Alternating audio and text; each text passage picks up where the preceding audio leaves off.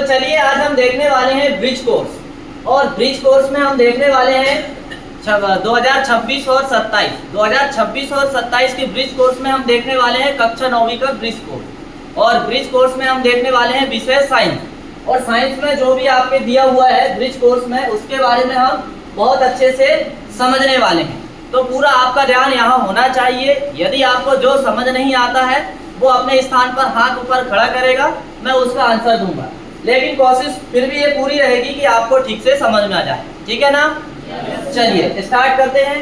तो सबसे पहले हम देखते हैं, ये यहाँ पर सप्ताह का विवरण दिया हुआ है कि प्रथम सप्ताह, द्वितीय सप्ताह में क्या क्या पढ़ना है, ये सारी जानकारी आपको यहाँ बता दी गई है। तो हम इसको स्किप करके हम सीधा चलते हैं हमारे कोर्स में, और हमारे कोर्स में हम चलेंगे प्रथम सप्ताह में। किसमें चलेंगे? प्रथम सप्ताह में। और प्रथम सप्ताह में हम देखने वाले हैं सजीव और निर्जीव। क्या देखने वाले हैं? सजीव और निर्जीव। सजीव और निर्जीव में हम कैसे पहचान करेंगे, या सजीव को कैसे पहचानेंगे, या निर्जीव को कैसे पहचानेंगे, ये सारी चर्चा इस चैप्टर में आपको देखने को मिलेगी। साथ में आपको समझने में भी मदद मिलेगी, जैसे पत्थर है, निर्जीव है, पेड़ है, सजीव है, ये आपको एग्जाम्पल के थ्रू यहाँ पर देखने को भी मिलेगा। और मैं समझता हूँ कि आपने इससे पहले जो एक बार रिवीजन किए हैं तो ये सारा आपने देख लिए होंगे। तो चलिए हम देखते हैं। सबसे पहले यहाँ पर दो लाइन दी हुई है, दो लाइन के बारे में समझ लेते हैं। और ये दो लाइन आपको क्या बताएगी कि सजीव क्या होते हैं और निर्जीव क्या होते हैं। ठीक है ना? तो देखिए दो लाइन में क्या कहा गया है। प्रिय विद्यार्थी, आप बारिश में घोंगे एवं घोंगे की खोल देखते होंगे। घोंगा एवं खोल में आपने अंतर देखा होगा। घोंगे का खोल एक स्थान से दूसरे स्थान पर गति नहीं करता, जबकि घोंगा करता है। ऐसा क्यों होता है? ठीक है, ये हमें कुछ लाइन बताने का प्रयास किया गया। ये केवल समझने के लिए है। आप अभी बरसात का सीजन है तो आपने घोंगा देखे ही होंगे।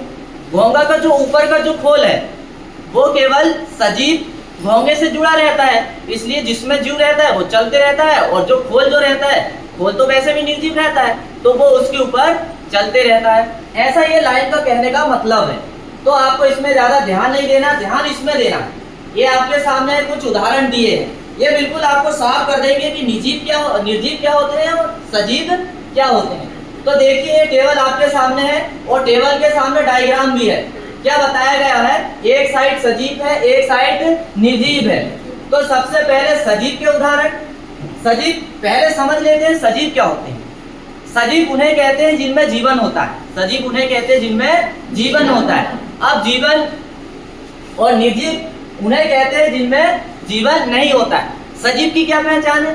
सजीव की पहचान है सांस लेना, सांस का छोड़ना, भोजन ग्रहण करना, खुद से सोचना, खुद से समझना, ये सब सजीव की पहचान है कि नहीं?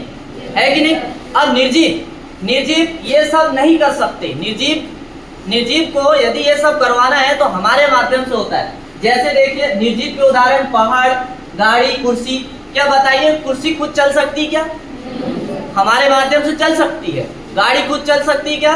नहीं चल सकती। मतलब सजीव वो होते हैं जो खुद चल सकते हैं, घूम सकते हैं, और कार्य करने में उनमें शक्ति होती है। ऐसा भी हम समझ सकते हैं। तो चलिए हम टेबल देखते हैं, सजीव और निर्जीव। अब इससे आपको बिल्कुल एकदम क्लियरली कंफर्म हो जाएगा कि सजीव किसे कहेंगे और निर्जीव किसे कहेंगे।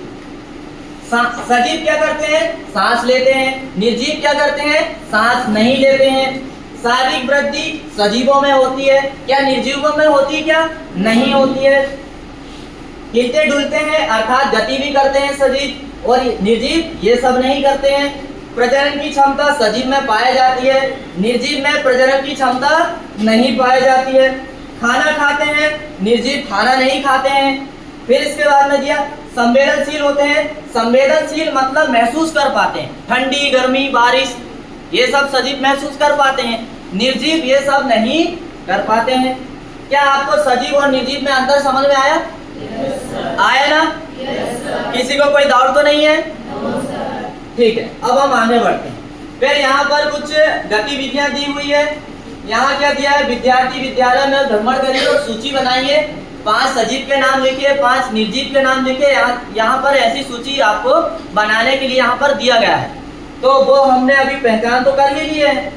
फिर नीचे क्या दिया है, देखो अभ्यास देखेंगे जो आपने अभी तक आपकी पुस्तक में देखे होंगे कि अभ्यास में और क्लियर हो जाएगा। हमें अब यहाँ पहचानना है कि सजीव किसे कहेंगे और निर्जीव किसे कहेंगे।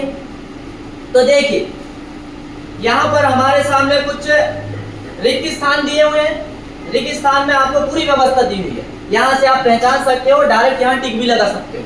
तो सबसे पहले क्या दिया है, पेड़ खाली स्थान है। पेड़ क्या है, क्यों है सजीव, क्योंकि ऑक्सीजन लेते हैं, छोड़ते हैं, उनमें जीवन होता है नहीं, पेड़ होता है। कैसे पता चलेगा, ऐसे पता चलेगा, फूलते फलते हैं, पत्तियां नए नए आती है, अपने शारीरिक विकास करते हैं, अपना वनस्पतिक विकास करते हैं। यदि ये सब कार्य विधि वो कर रहे हैं तो इसका मतलब उनमें जीवन है। क्या पत्थर में होता है क्या, पत्थर खुद फूलता है, पत्थर खुद फलता है क्या, अपना विकास करता है क्या, सीधी सी बात है, उसमें जीवन नहीं होता है। अब जिनमें जीवन नहीं होता है वो कुछ नहीं कर सकता। पत्थर खाली स्थान है, निर्जीव है। कुत्ता खाली स्थान है, कुत्ता खुद दौड़ता है, भौंकता भी है, सारे कार्य वो अपने जैसे करता है, करता है कि नहीं? कार खाली स्थान है, निर्जीव है, क्योंकि कार चलाने की सजीव की आवश्यकता पड़ती है। बच्चा खाली स्थान है, सजीव है। अब देखो सजीव क्या क्या कर सकते हैं, एग्जाम्पल ही बताया गया है सजीव क्या क्या कर सकते हैं, है ना।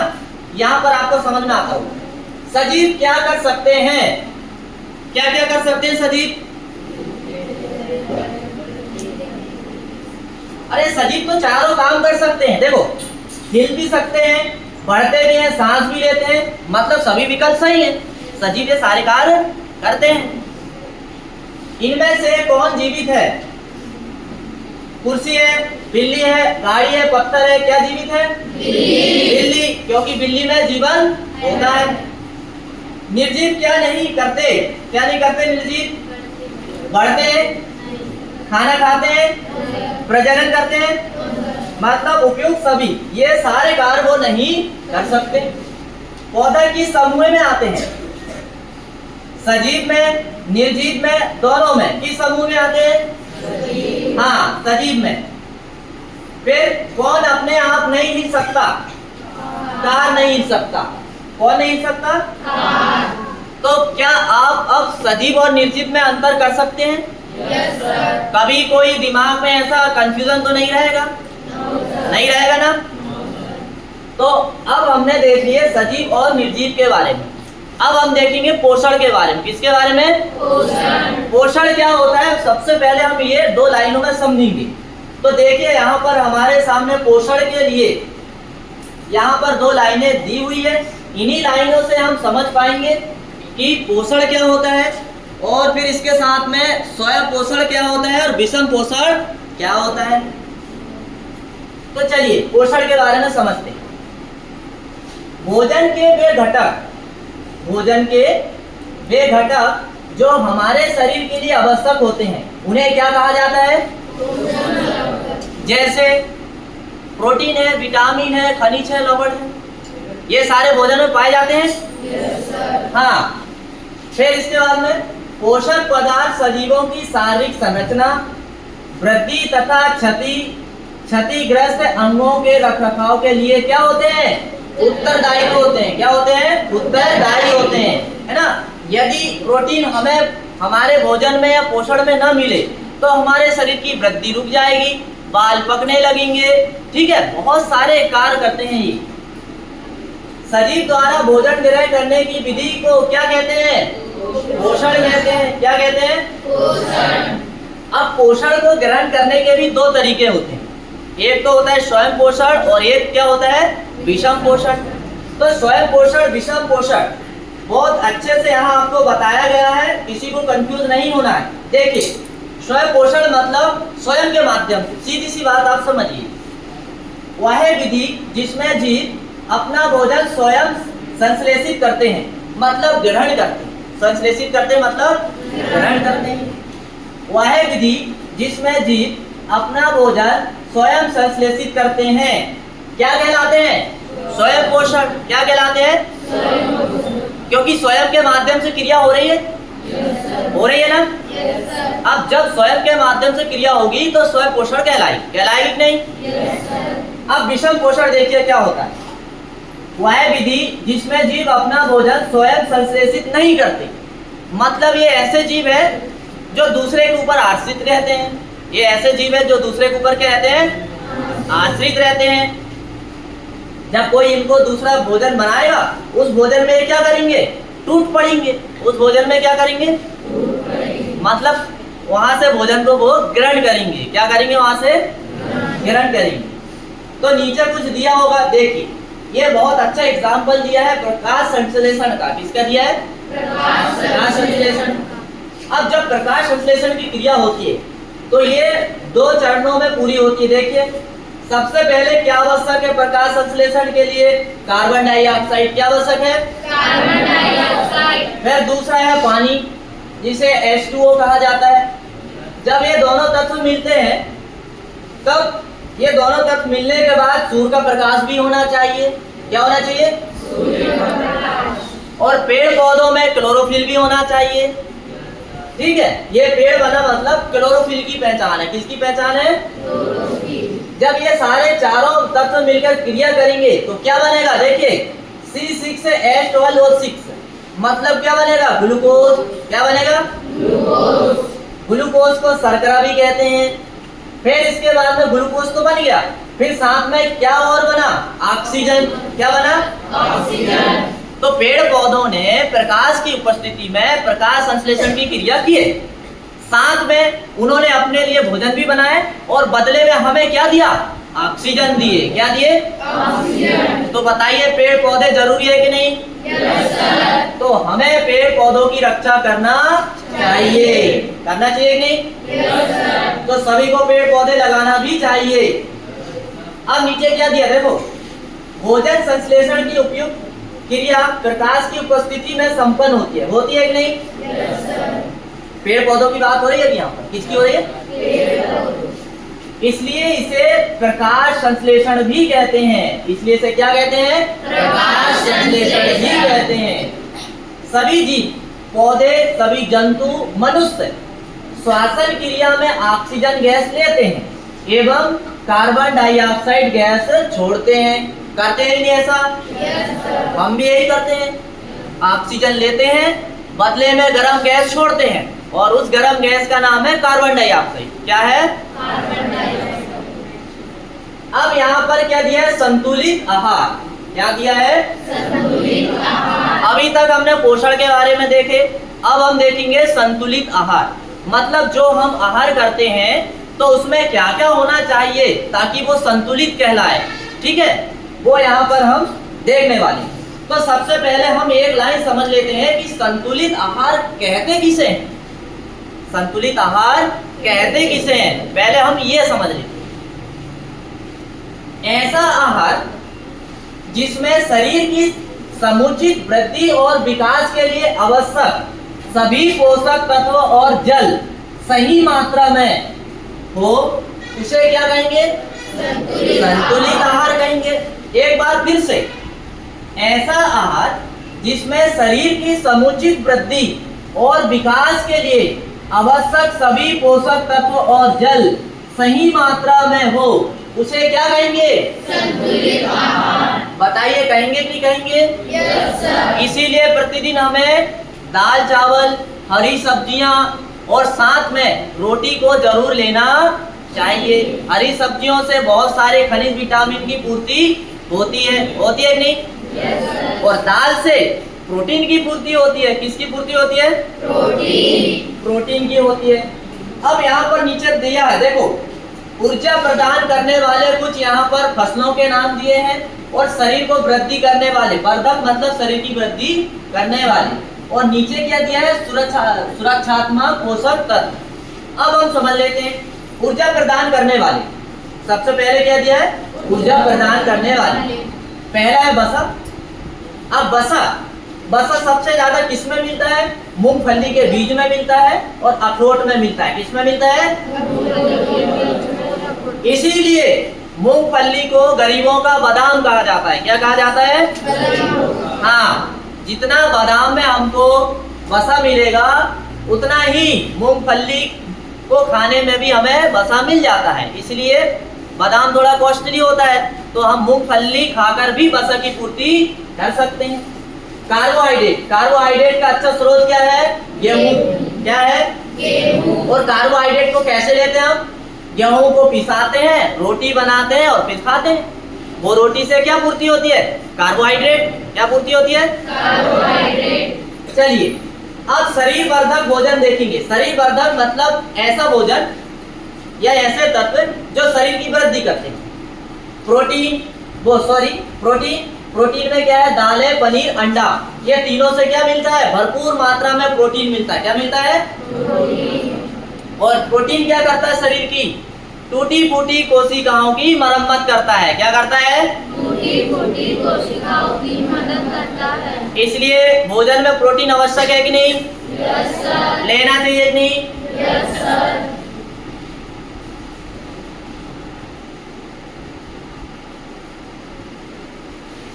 अभी हम देखने वाले हैं सुरक्षात्मक पोषक तत्व। क्या देखने वाले हैं? सुरक्षात्मक पोषक तत्व। मतलब ये शरीर की रक्षा करते हैं। क्या करते हैं? शरीर की रक्षा। इनको दो भागों में बांटा गया। देखिए, विटामिन और दूसरा क्या है? खनिज। विटामिन में सबसे ज्यादा विटामिन पपीता और गाजर से मिलता है। क्या मिलता है? पपीता और गाजर। कौन सा विटामिन मिलता होगा?